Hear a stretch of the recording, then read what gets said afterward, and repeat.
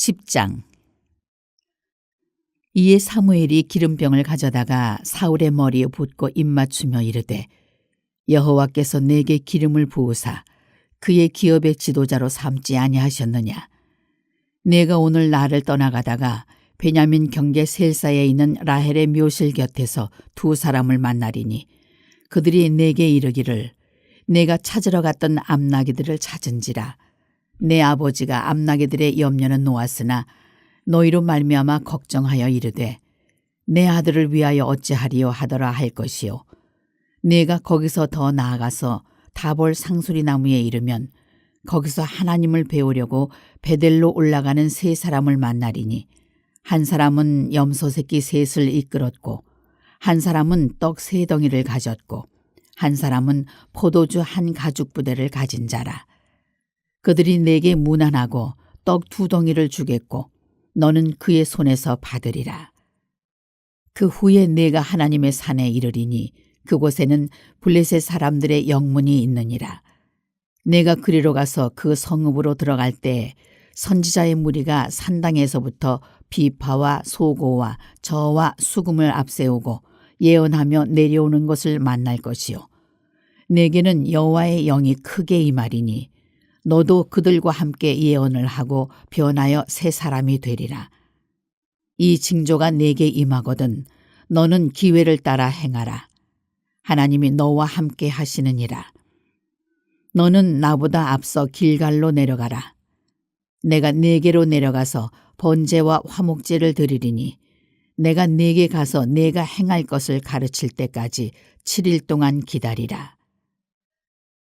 그가 사무엘에게서 떠나려고 몸을 돌이킬 때에 하나님이 새 마음을 주셨고 그날 그 징조도 다 응하니라. 그들이 산에 이를 때에 선지자의 무리가 그를 영접하고 하나님의 영이 사울에게 크게 임함으로 그가 그들 중에서 예언을 하니, 전에 사울을 알던 모든 사람들이 사울이 선지자들과 함께 예언함을 보고 서로 이르되, 기스의 아들에게 무슨 일이 일어났느냐. 사울도 선지자들 중에 있느냐 하고 그곳에 어떤 사람은 말하여 이르되, 그들의 아버지가 누구냐 한지라. 그러므로 속담이 되어 이르되, 사울도 선지자들 중에 있느냐 하더라. 사울이 예언하기를 마치고 산당으로 가니라. 신앙생활이라고 하는 것은 하나님께서 부르셨기 때문에 가능한 겁니다. 내 생각으로 뭘 할 수 있는 게 하나도 없습니다. 조금은 불편한 얘기를 아침에 한다 그러면 주중에 후배들을 만났어요. 후배를 만났는데 아침에 잠깐 우리 사역자 미팅을 할 때 제가 좀 큰 소리를 냈어요. 그 후배들의 만남 가운데 이런 얘기를 하는 거예요. 목회는 실력으로 하는 거다. 그런 얘기야. 그래서 거기서 내가 화딱지가 확 치밀어 올랐어요. 화딱지가 치밀어 오는 것은 목사님은 실력 없어 이 얘기하는 거거든 지금. 이놈의 새끼들을 가만두면 안 되겠다. 그래서 정확하게 얘기했어요. 너는 목회를 실력으로 하니? 너는 목회를 나는 적어도 실력이라는 생각은 하지도 않았고 목회는 자기 희생으로 하는 거야. 내가 죽으면서 하는 게 목회야. 그러면서 그 근거를 내가 댈까? 명확하게 너희들과 내가 구분되는 것은, 너희들은 교회가 쓰러지는 판이 있어도 사람이 몇천 불씩 따박따박 챙겨가지, 나는 이제까지 평생 사례를 받아본 적이 없어. 말도 꺼내지 마, 내 앞에서. 내가 이 말을 함으로써 너희들과의 관계가 단절이 되는 한이 있더라도 내가 이 말은 분명하게 내게 해준다. 자기 희생이야. 목회라는 것이 밥벌이로 전락하는 순간에 그건 목회 아니야. 정신 똑바로 차려. 그 한마디를 해줬어요. 우리가 하나님의 그 부르심 가운데 임하는 자들이고 그 부르심에 순종하는 사람들이에요. 전적으로 우리들은 하나님의 은혜로서 모든 것들을 감당하는 것들입니다. 우리가 할 수 있는 것들은 아무것도 없습니다.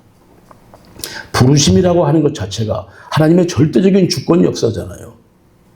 이것을 우리가 인정하지 않으면 신앙생활의 출발 자체가 이게 힘들어지는 거야. 가짜가 될 수가 있어. 내 공로가 거기에 들어갈 수 있어요. 자기의 의의가 들어갈 수 있어요. 큰일 납니다. 여러분들에게 지금 말씀을 권면하는 것은 무엇이냐면, 하나님의 교회를 섬겨나가는 과정에서 내가 가지고 있는 그 은사가 뭔가 조금 특별해서 이 교회를 위해서 내가 헌신하는 부분들이 있고, 이 교회 하나님의 사역을 이루어 나가는데 내가 쓰임받는 부분들이 있는데, 혹시 그 요인으로 인해서 내 스스로가 자고하는 그와 같은 마음들, 스스로가 그래도 내가 이거 해냈지 않은 그러한 마음들이 있으면은 하지 마세요. 확실하게 꺾어서 그냥 불질러 버리세요. 어떤 은사든지 간에 그 은사를 내가 주장을 하면서 그것이 나의 의를 앞세우는 것이 되면은 그것은 하나님께서 좋아하시지 않습니다. 반드시 문제 일어나는 겁니다. 우리 로고스교회 성도님들 그거 다 통과하셨으니까 자신 있게 얘기하는 거예요. 한 사람도 시험 줄 사람이 없으니까 얘기하는 건데 정말로 중요해요. 교회마다. 새벽 예배 때도 우리가 쭉 말씀을 나누고 하지만 지금 이 말씀은 새벽 예배 때 우리가 나누는 사무엘서 강해의 연장선상에서 제가 지금 말씀을 계속 드리는 거예요. 지나가는 말로 제가 생각을 잠깐 했을 때 이런 생각을 했었어요. 이스라엘 백성들이 애굽에서 탈출을 해가지고 3일길 지나자마자 그들은 심한 갈증과 여러 가지 먹는 문제 때문에 굉장히 어려움을 경험을 했어요. 그런데 생각을 해보세요. 10가지 재앙과 홍해바다가 갈라지는 누구도 경험할 수 없는 사상 초유의 엄청난 그 하나님의 역사를 체험한 사람들인데 3일길 만에 그렇게 모세와 그들을 향해서 돌을 던져서 죽이려고 한 그 이유가 무엇일까를 생각을 해봤어요. 그 사람들의 입장에서 한참 이게 어떻게 인간들이 인간의 탈을 쓰고 이런 짓을 할 수 있을까 했는데 그 순간에 요만큼 드는 생각이 있더라고요. 하나님께서 그들을 애굽에서 빠져나가게 하실 때 애굽 백성들로 인해서 그들에게 많은 금은 보화들을 다 주게 했잖아요. 이 사람들이 그것을 챙겨가지고 나오면서 하나님께서 성막을 짓고 하나님을 예배하는 데 쓰라고 준 것을 모세에게 다 갖다 바칩니다. 성막을 짓는 데 그것들을 가지고 옵니다. 거기에서 드는 생각이 그거예요. 야, 우리가 나올 때 목숨 걸고 너 따라 나와가지고 너한테 금은 보화 다 갖다 바쳤지 않냐? 너 근데 이거 먹을 물도 준비 안 해놨냐? 딱 거기까지 생각이 가더라고. 그만큼. 이것들이 갖다 바친 게 있으니까 그딴 소리들 하는구나. 여기에 딱 꼽히기 시작하니까 그때부터는 무서운 거예요. 내가 가지고 있는 그 은혜와 이 은사 이런 것들이 작용되어서 하나님 앞에 쓰임받는다 하더라도 그것이 나를 앞세우는 그런 도구가 되고 수단이 되게 되면은 그거는 하나님 앞에 크게 범죄하는 거다. 여러분, 그런 부분들을 우리가 명심하셔서 나는 절대적으로 하나님께 붙들린 바 되어서 살아가는 사람이라는 이 믿음이 어떤 믿음보다도 앞서야 되는 거예요. 분명하게 서야 되는 거예요. 신학을 얘기할 때 사실 오늘 이 본문 말씀은 무엇이냐 하면 이스라엘의 초대왕, 사사기 시대부터 쭉 이루어져 왔던 이스라엘 백성들의 자기의 생각대로 자기의 소견대로 옳은대로 행하는 결과가 이웃의 블레셋 사람들이 하도 침공을 하니까 안 되겠다. 우리도 왕을 세워서 왕권의 정치를 통해서 그것들과 좀 방어하는 모습을 해야 되겠다 해서 사무엘 선지자에게 그들이 요구합니다. 우리도 왕을 세워주소서, 왕을 세워주소서. 하나님의 뜻과는 상관이 없어요. 그러나 그 과정에서 이제 왕을 세우는데 여기서도 이제 하나님이 개입하셔서 하나님이 지정한 인물을 갖다가 세우십니다. 그 세우는 과정이 여기서 나오는데 오늘 이 세우는 과정을 우리가 신학적으로 얘기하게 되면 하나님께서 그를 부르심이라고 얘기할 수가 있어요. 콜링이에요. 부르심이에요. 이 부르심에는 여러분 우리가 신학을 공부해 보면 소명에는요 내적 소명과 외적 소명이 있습니다. 지금 사무엘에게서 그 사무엘이 사울을 세우는 과정에서 이것이 지금 고스란히 드러나고 있어요.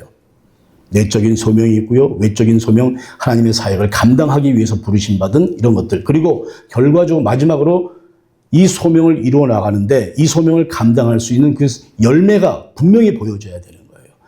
사울 왕은 블레셋을 물리치면서 그 열매까지 확실하게 보여줘서 왕으로 인정을 받습니다. 이스라엘의 초대 왕으로 인정받는데 이 사람들이 왕권 정치에 익숙하지 않고 처음 경험해 보는 터라 왕을 어떻게 섬겨야 하는지도 몰라요. 사무엘상을 갖다 읽어보게 되면은 블레셋 사람들이 막 그냥 무섭게 이들을 협박을 합니다. 그러니까 우리가 죽겠구나, 난리가 났구나, 어떻게 하면 좋을까? 그러면서 사울을 찾아가는데 사울이 그때 뭐 하고 있었어요? 밭에서 소 끌고 있었어요. 왕이란 자가 소 끌고 일하고 있었어. 이게 왕의 모습이었어. 이것은 무엇이냐면 그가 내적과 외적인 소명을 받았다 할지라도 거기에 대한 열매를 아직까지 드러내지 못했기 때문에 백성들 앞에 서지를 않았던 거예요. 못했던 거예요. 그러한 사울을 백성들이 찾아가서 우리가 이런 문제를 당했으니까 도와주소서. 그때 하나님의 영이 그에게 임하고 블레셋 사람들을 치는 놀라운 역사가 일어나고 그때부터 이스라엘 백성들이 그 열매를 바라보고 그를 왕으로 인정하는 사건이에요. 이것이 하나님께서 우리를 부르심의 과정들이에요. 부르심의 과정 속에서 나타나는 일이에요. 그대로 이 상황을 저와 여러분들에게 오늘 적용을 시키자고 하게 되면은 자, 여러분들 마음에 대답하시기 바랍니다. 여러분들은 분명하게 하나님의 부르심을 받으셨습니까? 하나님의 부르심이 나에게 있습니까? 이것을 우리가 분명하게 알아야 돼요. 이것은 내가 합리적인 생각을 통해서 내가 그랬을 것이야 하고 하는 막연한 믿음의 고백이 아니라 분명히 하나님을 경험한 증거가 있어야 된다는 사실이에요. 하나님을 경험한 증거. 그 증거가 지금 나에게 있는지 없는지 그것을 우리가 분명히 알아봐야 돼요. 이스라엘 백성들을 보게 되면 그 부르심의 과정이 참 남달라요. 얼마나 놀라운지 몰라요. 그들이 애굽을 빠져나와가지고서 광야에 들어갔을 때 3개월 만에 그들이 시내산 기슭에 도착을 하게 되지 않습니까? 그때까지는 그냥 뭐 그렇다 쳐. 그러나 시내산 사건이 출애굽에서 제일 중요한 사건이거든. 시내산 기슭에 딱 돌아가고 하나님께서 그들을 갖다 시내산으로 인도해냅니다. 그 전까지는 몰라요. 하나님이 그 전까지는 이스라엘 백성들을 향한 말씀이 없었어요. 그러나 그들이 시내산에 진입을 하게 되고 하나님을 경외하고 그러기를 마음먹는 순간 하나님께서 그들에게 주시는 말씀이 있어요. 너희는 제사장이라 거룩한 나의 백성이라라고 하는 선포가 하나님으로부터 들려지기 시작하는 거야. 그때 온 이스라엘 백성들이 아멘으로 그 말씀을 화답하면서 우리가 그렇게 살겠나이다. 하나님이 여러 가지 말씀들을 주시잖아요. 십계명도 주시잖아요. 그렇게 살겠나이다 했을 때 하나님께서 모세와 아론과 70인 장로들을 부르십니다. 어디로? 시내산으로 불러요. 뭘 하십니까? 하나님이 그들과 함께하면서 그들과 하나님이 함께 먹고 마시는 하나님과의 식사 자리가 거기서 연출이 되고 있는데 그 하나님의 모습을 보니까 발 아래는 총옥이 쫙 깔려있고 이거는 하나님에 대한 절대적인 경험이에요. 여러분. 이 놀라운 경험이 우리의 삶에 지금도 나타나기를 간절히 바랍니다. 나는 막 이런 사실을 접하면은 막 너무너무 그냥 감동스러운 거야. 야, 거기서 하나님하고 같이 성경 보니까 ate and drink 그랬어요. 먹고 마셨다 하나님과 더불어 잔치를 한 거예요. 얼마나 하나님의 마음이 기뻤을 것이고 그 백성들의 마음엔 얼마나 뭐라고 할까요? 이 말할 수 없는 그 자긍심이, 영적인 자긍심이 넘쳐났을 거 아니에요? 우리가 그런 삶을 신앙 가운데 있어 매일매일 살아나가기를 하나님이 원하십니다. 항상 하나님이 저와 여러분들과 함께 식사하기를 원하시고 함께하기를 원하세요. 우리가 어떻게 하느냐가 참 중요한 것들이에요. 하나님의 절대적인 은혜를 경험해서 우리가 하나님께로 나아갈 수 있는 모습이 반드시 있기를 바라요. 신앙의 인물들을 보게 되면은 모세의 경우는 말할 것도 없죠. 모세의 경우는 그 어떤 삶 자체가 굉장히 스펙타클해요. 하나님의 역사가 정말 강권적으로 역사하세요. 오늘 이 말씀 보세요. 하나님께서 사울을 세우시는 과정을 보시라고. 여기에서 동원되는 사람들이 이름 모를 아가씨들도 나오고요. 제일 처음에 사무엘의 아버지가 암나귀를 한 3마리를 잊어버렸어. 암나귀들이 도망을 갔어요. 그러니까 아버지가 사울을 불러서 사울아, 너 가서 나귀들이 안 보인다. 나귀 좀 찾아오라 그랬어요. 예 하고 하인 한 명을 데리고 사울이 나귀를 찾으러 갔잖아요. 찾았어요? 못 찾았어요? 아무리 봐도 못 찾고 점점 시간을 흐르니까 사울이 그때 하인에게 하는 말이 야, 이거 우리가 나귀 찾는 게 지금 문제가 아니라 시간이 너무 지연됐다. 아버지가 우리 걱정하겠다. 빨리 집에 가자. 그때 사환이 얘기합니다. 이게 참 하나님의 계획이 얼마나 우리를 향한 하나님의 계획이 얼마나 디테일한지를 발견해야 돼요. 그 사환이 사울에게 하는 말이 주인님, 요 동네 언저리에 하나님의 사람이 살고 있는데 우리 그 사람한테 가서 물어봐가지고 나귀 새끼들 어디 있는지 한번 물어나 봅시다. 이름 모를 사환이 사울이 그때 야 그래도 그에겐 다른 마음이 앞섰던 거야. 아버지도 생각이 되고 귀찮죠 뭐. 그러지 말고 내가 가진 돈이 지금 하나도 없다. 그래도 하나님 사람 만나러 가는데 돈이 있어야 되는데 돈이 한 푼도 없는데 우리 다음에 하자. 그 종이 나한테 몇 푼이 있습니다. 갑시다.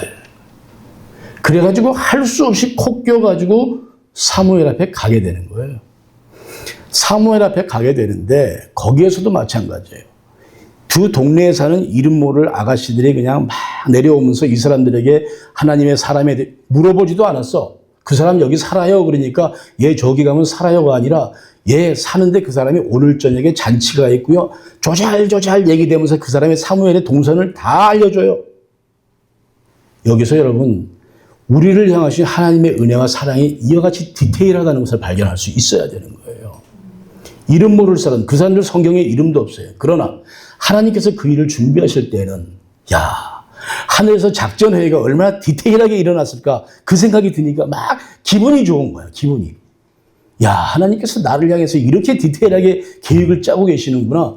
사울이라고 하는 자 그 한 사람을 갖다가 세우기 위해서 얼마나 디테일한 계획들을 쪼개서 세워놨는지 시간까지 다 정해놨어요. 그 가운데 사울이, 그것이 바로 내적인 소명이에요. 사울을 부르시는 거예요. 사울을. 그리고 끝나는 게 아니잖아요. 불러놓고 이 사람이 이제 이스라엘의 왕이 될 사람이다.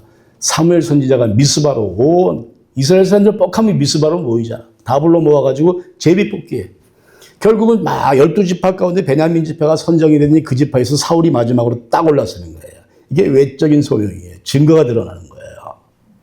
하나님의 일은 이와 같이 분명합니다. 흐리멍텅한 게 하나도 없습니다. 부르심 받았고 내가 콜링 받았다고 하신 성도님들 분명하게 하나님을 경험한 그 체험이 우리 가운데 있어야만 합니다. 이게 없으니까 자꾸 우리가 흔들리는 거예요. 흔들리는 거예요. 그 체험이 확실한데 왜 우리가 흔들립니까? 지나고 나서 생각하니까 만일에 야 임정식이 너 다시 옛날로 돌아가서 하나님의 일 다시 시작해라. 학교 다시 다니고 공부 다시 때려 죽어도 못합니다. 이야, 그 세월을 또 어떻게 해요, 하나님? 그럴 것 같아요. 근데 그 시절에는 그저 하나님을 사랑하는 마음이 구체적으로 내게 체험이 되니까 모든 것 다 뒤로 제껴놓고 말씀드리면 집안에서 다 반대하는 거예요. 야, 이놈아. 네가 사회생활 멀쩡하게 뭐 직장이 나쁘냐 뭐 다 그런데 왜 느닷없이 그걸 또 사표를 쓰고 신학을 공부하겠다고 그러냐. 저희 집안이 줄줄이 그냥 이북에서부터 믿던 집안이에요. 몇 대째 이르는 집안인데 어르신들이 그 얘기를 하시더라고. 그냥 속으로 의아했어요. 아니 이 양반들 예수 믿는 양반들이 맞아? 신학을 공부한다고 그러면 박수 쳐주고 잘해라. 우리가 등록금 대줄게. 막 이래야 되는 거 아니야? 그 생각이 있었어요. 그런데 반대를 해. 왜 그러냐고 막 핀잔을 주려고. 그때 마음속에 주시는 마음이 제가 그랬어요. 그때 저는 그 의미도 잘 몰랐어요. 그런데 거기서 소명입니다. 소명입니다. 한마디에 어른들이 입 다물어 shut up! 조용해지더니 그때 하시는 말씀이 그렇다면 해야지 그러시더라고. 그분들이 이해하고 있었던 소명과 내가 그때 말을 내뱉었던 소명의 차이는 분명히 큰 차이가 있었을 거예요. 근데 그 말 한마디로 지금의 오늘의 임 목사가 여기까지 오게 된 거예요. 여기까지 오게 된 거예요. 우리를 부르심에 대한 그 하나님의 경험, 이것은요, 확실해야 돼요. 이것이 분명히 확실하게 경험이 돼야 돼요. 이스라엘 백성들은 그 경험이 너무도 분명했고요. 신앙의 인물들은 그와 같은 경험이 너무도 분명했어요. 여러분 노아의 방주 한번 가보시면 알겠지만 노아가 방주를 짓는 기간이 어떤 사람은 뭐 120년, 100년 다 그러는데 실질적으로 100년까지는 안 가요. 다 수치를 계산하면 한 70, 5, 6년 정도 방주를 지었어.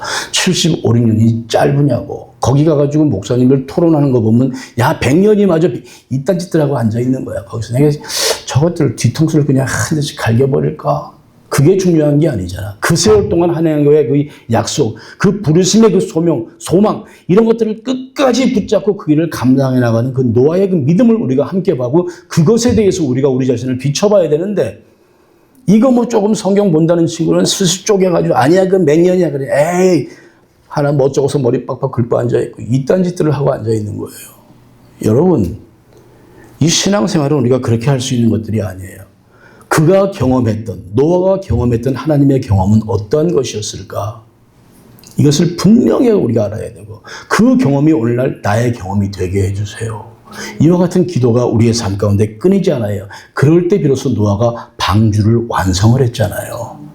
부르심의 소명으로 노아가 받은 것은요, 방주라고 하는 설계도를 받은 거예요. 떡 지어진 방주를 받은 게 아니라 설계도만 받았어요, 이 사람은. 그 설계도들이 이뤄나가는 과정이 얼마나 힘이 들었을까. 여러분 노아라고 하는 넷플릭스에서 나온 그 영화를 한번 보세요. 그거 보면은 우리가 성경 말씀 항상 드리는 말씀이지만 이걸 그냥 환상적으로 아름답게 미화적으로만 성경 말씀을 이해해서는 안 돼요. 노아가 방주를 지어나가는 그 시점에 무두셀라라고 하는 다른 인물들이 많이 있었고 금속 병기를 만드는 사람들이 있었고 거기서 그들은 방주라고 하는 하나님과의 관계 속에서 주도권을 잡으려고 그들이 일어나는 거 여러 가지 암투와 살인과 이런 것들이 막 드러나요.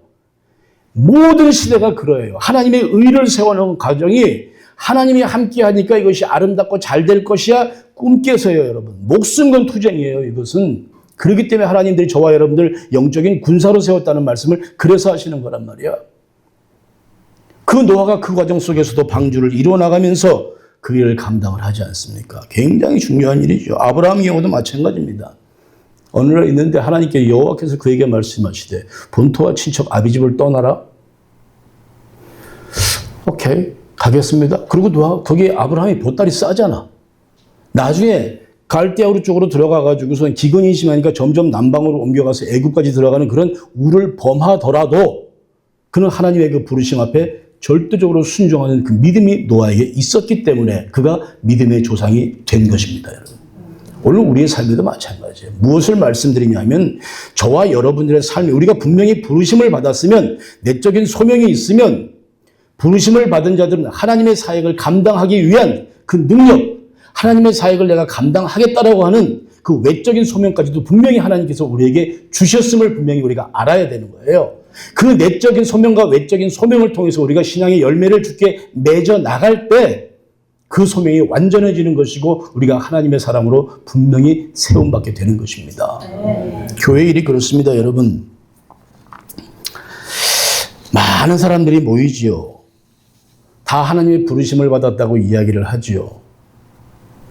결론적으로 드리는 말씀을 조금 앞세워서 제가 드린다고 하게 되면 하나님의 부르심을 받은 사람들은 그 사역에 하나님의 사역에 쓰임을 받는 사람들입니다. 사역에 쓰임을 받아야 됩니다.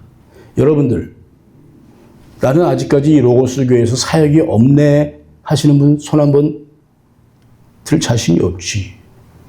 나는 하나님께 사역의 명령, 하나님의 이 사역, 하나님의 사역은 뭐예요? 그의 나라를 세우는 일이에요. 교회를 세워나가는 일이에요. 여기에 내가 부르심을 받았다. 내가 여기서 감당할 만한 분명한 일이 있다. 확신하시는 분들 예쁘게 오른손 한번 들어보세요. 한 사람도 안 이제 두세 사람만 들기 시작해. 여러분, 우리가 왜 하나님을 만나고 하나님께서 왜 우리들을 부르셨을까요?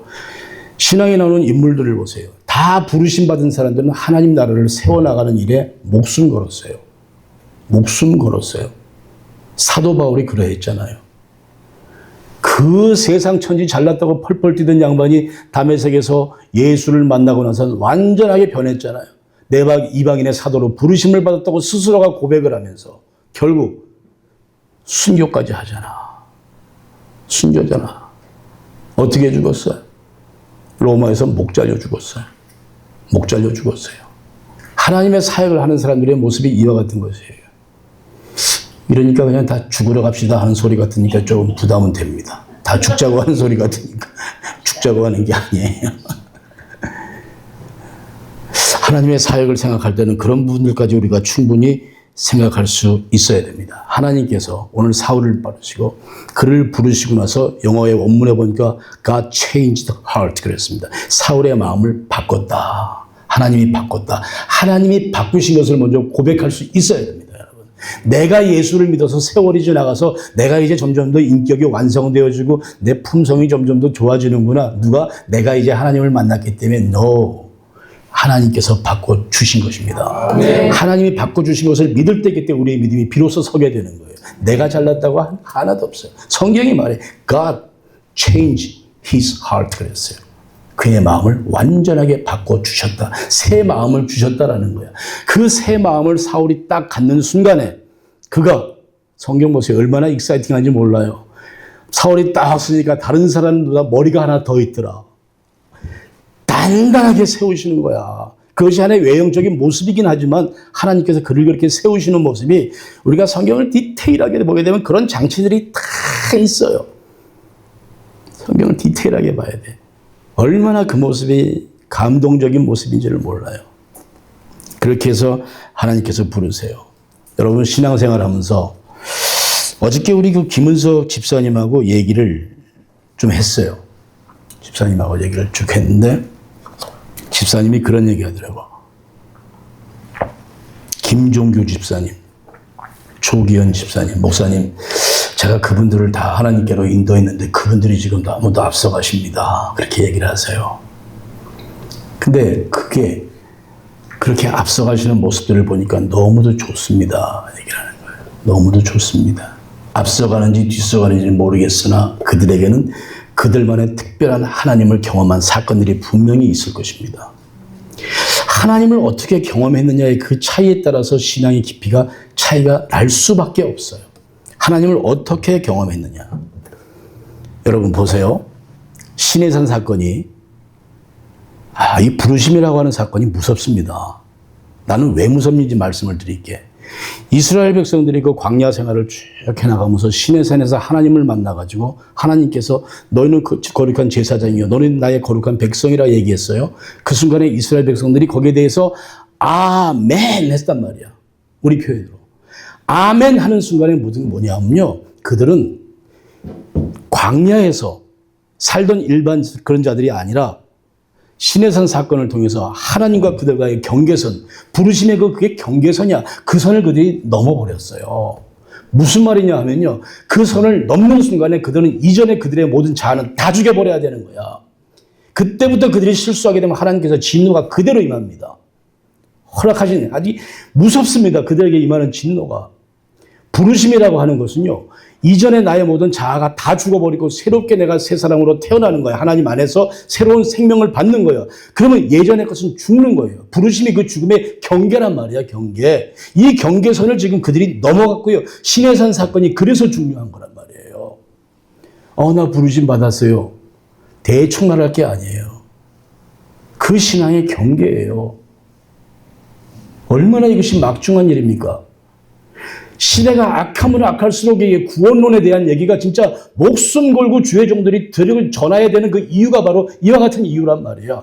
우리가 시내산을 넘어가서 그 경계선을 넘어서 들어갔으면 그때부터는 우리들은 세상의 모든 것들을 다 벗어버리고 그 나라의 그곳의 시스템을 따라가야 되는 거예요. 그곳의 시스템을 따라가지 않으면 우리는 그곳의 백성들이 아니에요, 여러분. 이것을 우리가 명심해야 되는 것입니다. 있습니까? 명심해야 되는 거예요. 그곳의 부르심을 따라야 돼. 그 시스템을 따라야 돼.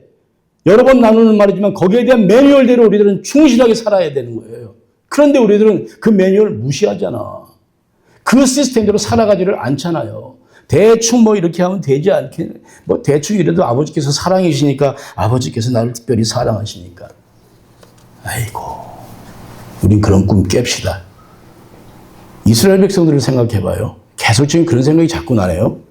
광야에서 여러분 250만 명이 이렇게 해서 하늘에는 구름 기둥이 그들을 딱 덮어가지고 시원하게 여러분 광야에서 이제 경험하겠지만 구름 한번 지나가 보세요. 얼마나 그 구름이 시원한지 몰라요. 그 구름 기둥으로 하나님께서 그들을 지키시면서 그들에게 잠시 스테이하면서 get some rest, 쉬어, 조금만 쉬어, 준비되면 또 이동하자. 하나님이 그러시는 거예요. 절대적인 사랑이에요. 그런데요. 구름 기둥이 이동을 하는 순간에 이스라엘 백성들이 머물렀던 곳이 갑자기 웅성.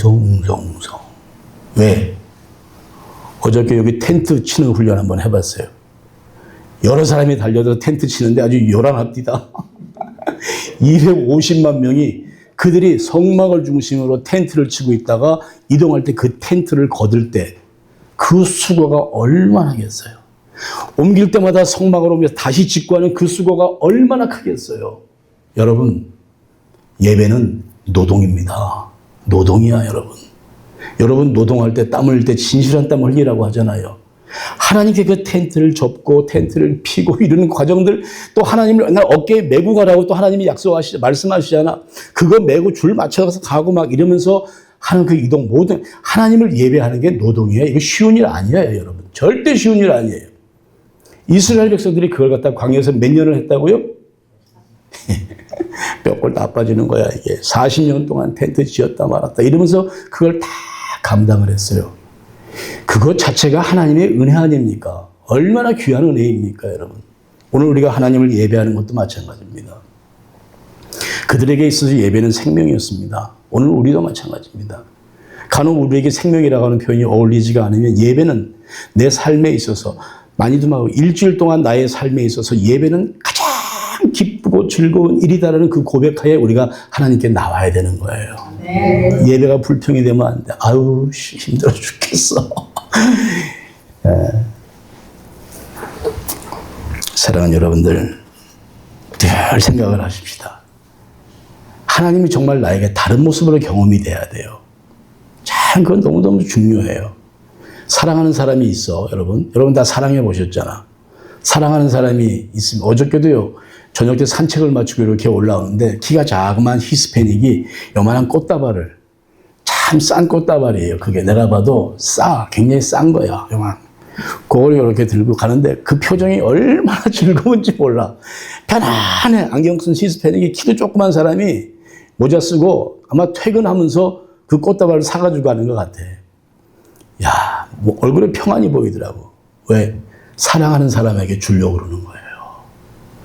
우리가 사랑을 해봤지만 사랑하는 사람이 우리에게 하는 말은 뭐든지 다 들어주려고 그래. 하늘에 별 따줘. 하늘에 별 따줘. 그래, 내 별 따다 줄게. 별짓을 다 하잖아요. 그것이 사랑하는 사람의 그 말을 들어주기 위한 것이고, 사랑하는 사람이 원하는 것은 뭐든지 다 해주려고 그래. 사랑하는 사람이 나에게 준 것은 싸구려가 문제가 아니야. 정말 세상에 그 어떤 것보다도 귀중한 거예요.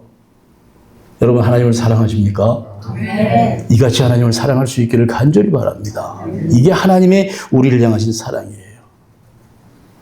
교회에 나왔어. 아까 질문했지요. 나는 교회에서 어떤 사역을 감당할까? 할 게 얼마나 많아요.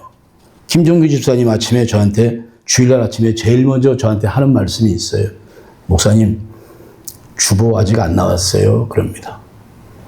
어저께는 내가 참 부끄러웠어요. 일이 너무 바쁘다 보니까 말씀 집중도 안 되고, 말씀에 뭐 아직까지 가닥도 못 잡고 앉아있는데 어떻게 주보를 줘요. 김은석 집사님은 기다리면 교회까지 찾아오셨어. 목사님, 주보가 왜 아직까지 안 와요? 뜨끈뜨끈한 거야, 얼굴이. 조금만 기다리세요. 집사님 한 시간을 식당에 앉아 계시는 동안 계속 말씀 준비하는 거야. 타이틀이라도 잡아내야 되니까 막. 그래가지고 타이틀 잡아가지고 겨우 집사님께 던졌어요. 그 설교가 은혜가 되겠어요? 아무래도 집중이 안 돼. 아유, 그럴 때는 참 은혜가 감사해. 아버지, 그냥 오늘 쉴게요. 너무 몸이 피곤했어요. 그래서 쉬어놓고 있는데 마찬가지예요. 새벽녘에 하나님께서 은혜 주세요.